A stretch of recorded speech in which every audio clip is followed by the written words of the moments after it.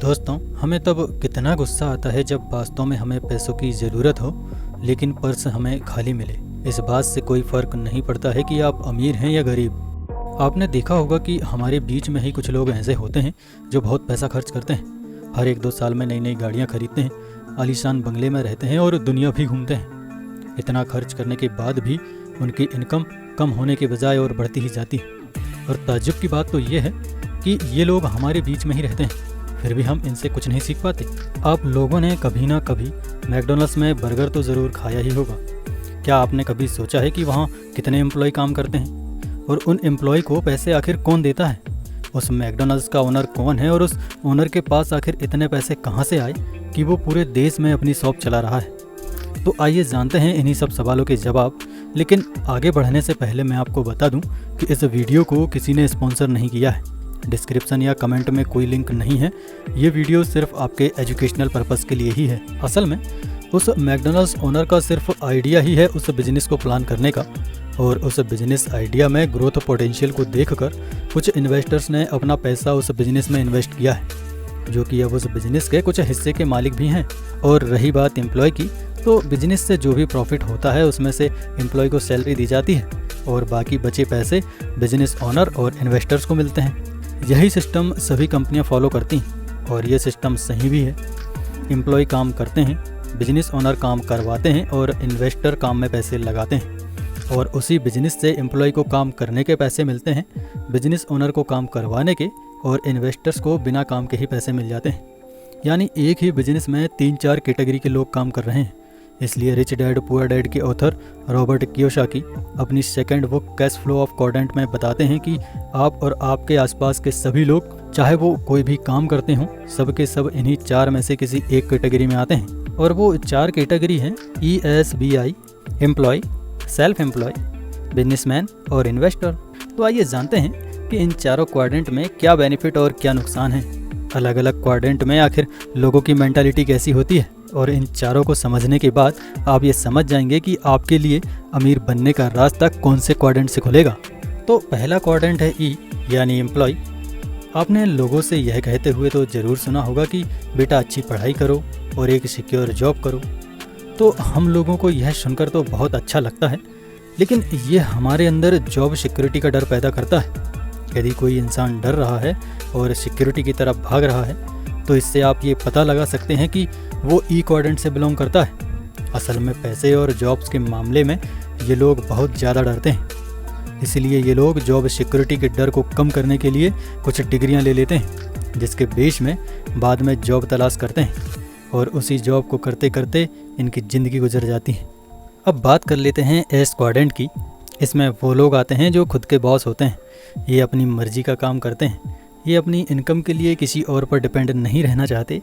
इस क्वाड्रेंट में हमें वो लोग मिलते हैं जो वेल एजुकेटेड और प्रोफेशनल्स होते हैं, जैसे डॉक्टर्स, लॉयर्स, और साथ ही वो लोग भी होते हैं जो एजुकेशन के बारे में सोचते तक नहीं हैं, जैसे पेंटर्स, मैकेनिक्स, दुकानदार, क्लीनर्स, ट्रैवल एजेंट, इलेक्ट्रिशियन वगैरह।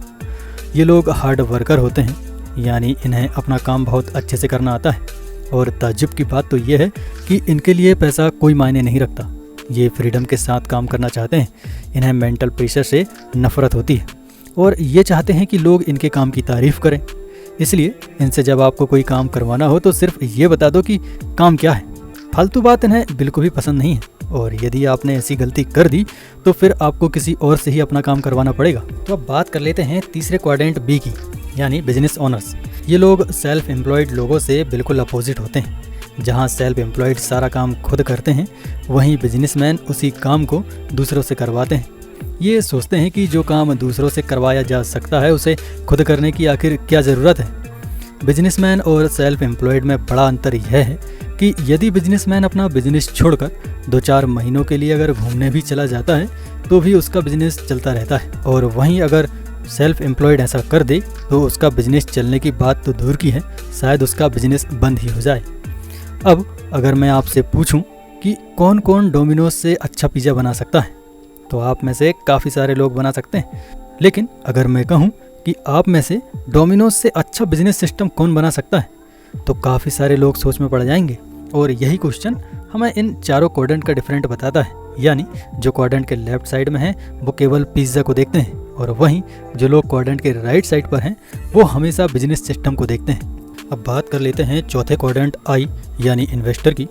ये लोग पैसा से पैसा कमाते हैं। यह खेल अमीर लोगों का फेवरेट गेम है। आप चाहे किसी भी क्वाड्रेंट से पैसे कमाएं, अगर आपको अमीर बनना है तो आपको इन्वेस्टर बनना होगा, क्योंकि यही वो जगह है जहां पैसा वेल्थ में कन्वर्ट हो जाता है। क्वाड्रेंट के राइट साइड वाले लोग सिर्फ 2 चीज़ों से अमीर बनते हैं, दूसरों का टाइम और पैसा। और जिन लोगों के टाइम और पैसों से ये अमीर बनते हैं ये वही क्वाड्रेंट के लेफ्ट साइड वाले लोग होते हैं। अब आपको लग रहा होगा कि क्वाड्रेंट के लेफ्ट साइड वाले लोग क्या कभी अमीर नहीं बन सकते? तो हाँ, बन सकते हैं, लेकिन इसके चांसेस काफ़ी कम हैं, क्योंकि इनके पास फाइनेंशियल लिटरेसी बहुत कम होती है। जब आप जॉब करते हैं या फिर सेल्फ बिजनेस करते हैं, और यदि आपका जॉब में प्रमोशन हो जाए या आपका सेल्फ बिजनेस का काम बढ़ जाए, तब आपके पास पैसे तो ज़्यादा आएंगे, साथ ही आपको टाइम भी ज़्यादा देना होगा।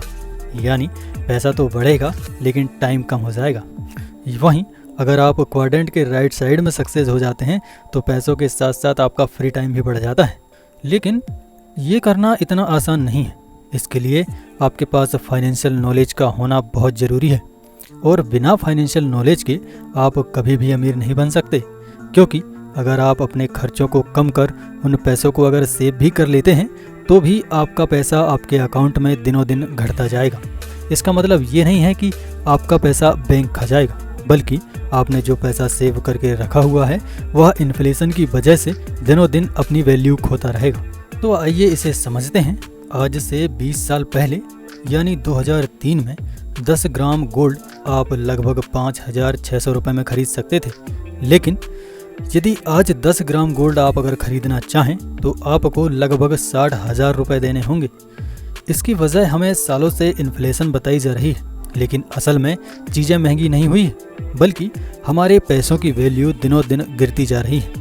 इसीलिए यदि आपको अमीर बनना है तो पैसों को सेव करना और उन पैसों को इन्वेस्ट करना बहुत ही ज़रूरी है। तो आइए लास्ट में एक बार सभी पॉइंट्स को कवर अप कर लेते हैं। खुद से रिसर्च करें और ये पहचानें कि आप कौन से क्वाड्रेंट में हैं। अपना बजट बनाएं और बजट के हिसाब से ही खर्च करें। अपनी आमदनी में से कुछ पैसों को ज़रूर सेव करें। अपने सेव किए हुए पैसों को बैंक अकाउंट की बजाय इन्वेस्ट करें। इस बात का ध्यान रखें कि आमदनी में से सबसे पहले सेविंग और इन्वेस्टमेंट के लिए पैसे निकालें और फिर बाकी के पैसों से अपने खर्चों को पूरा करें। और इस बात पर अगर आपको लगता है कि यह वीडियो आपका वैल्यूएबल लाइक डिजर्व करता है तो इस वीडियो को लाइक ज़रूर करें। धन्यवाद।